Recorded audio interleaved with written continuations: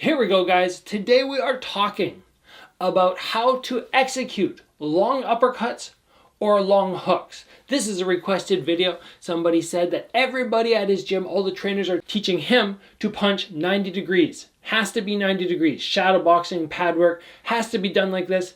The problem is you shorten your ability, you limit yourself in range. So you can only ever throw uppercuts and hooks at that tight distance when you're in that phone booth position. There's other ways to utilize these awesome punches. Today, we're gonna break down how I like to use longer shots.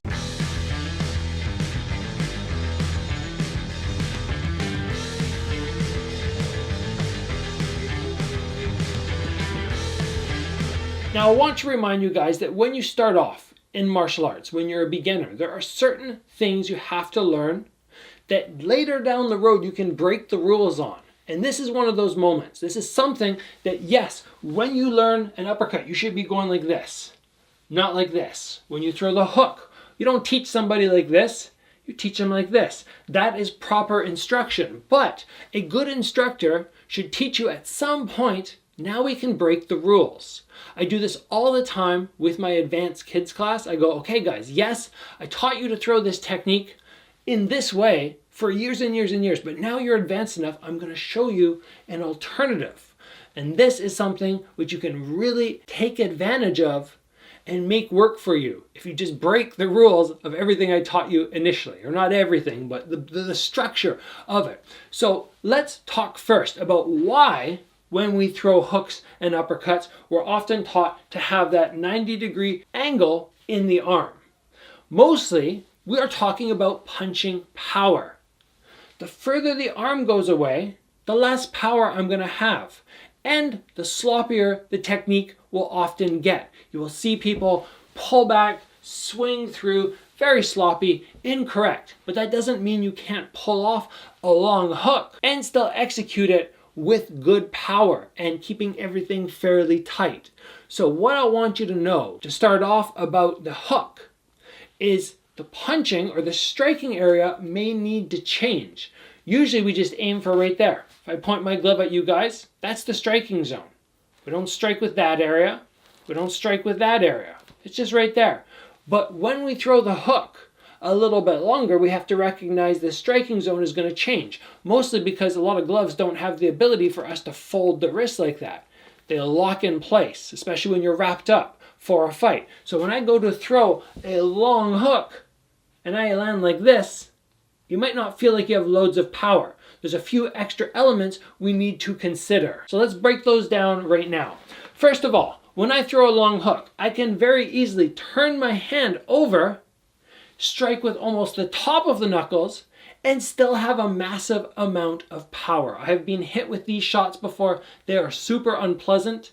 They can definitely daze you, and they are surprising because they come from a very far distance. If I feel very often like I'm out of range and I'm only worried about the straight punches, I'll just guard up like this. But that leaves the side of my head exposed, and then all of a sudden these big looping hooks with the knuckle striking are coming, catching me behind my guard. Very effective, 100% effective. So try sometimes just making sure that you turn your hand over, thumb down, and you thump the guys with the top of the knuckle. As you do this, your shoulder will rise up a little bit higher. As I do this, and I turn my hand down, you can see my shoulder can drop.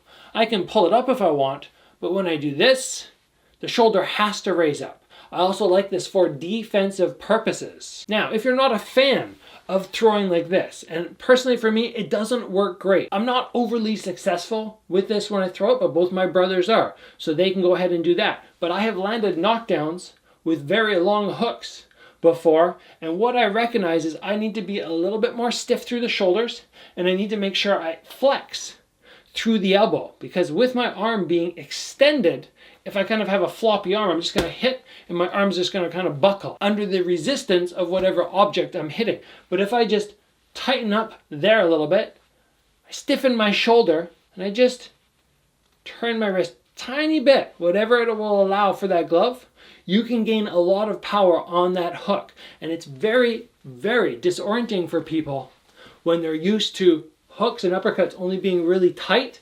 all of a sudden the jab comes and a big hook comes.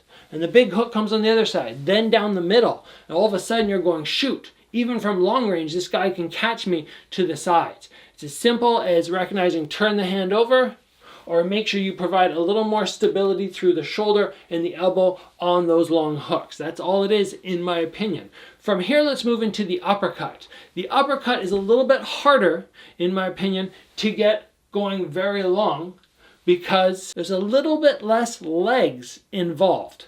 And you can't power with your arm quite as much. Very often on an uppercut, I can just get a little bend of the knee, I can lift out, and I can just fire that arm up. But coming at this angle is extra difficult. It doesn't feel quite as powerful. So how do we get lots of power? I held pads from my brother who was boxing for years, and his long uppercut off the backhand had so much power. I actually, instead of holding like this, I just angled it slightly, and he would just come under and crack it so hard. For him and everybody I've held for who is successful with the shot, it all comes from the hips. Very similar to the way you should throw a cross. My hip moves, and then everything else follows after. Same thing here. Snap the hip forward, and then at the end, let the arm sail away. It's that timing which is important. If I just try to go and then turn my hips after, it's going to be a very, very light shot.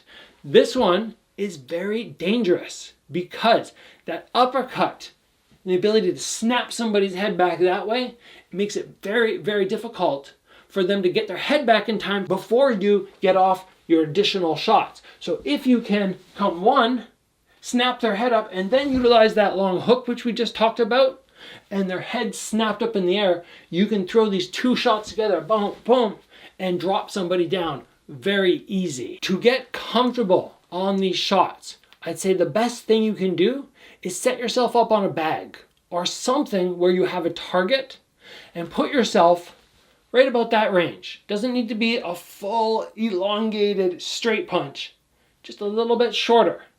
Once you're in that position and you go, okay, this is my range, then from there you pull your hand back, and then you go about throwing your long uppercuts and hooks and getting really comfortable with letting those shots go at the correct range. If we don't set ourselves up beforehand, very often we just end up stepping in and we go back to that natural position where most people are taught to throw. People might tell you it doesn't work, it's improper, but I really feel they are wrong.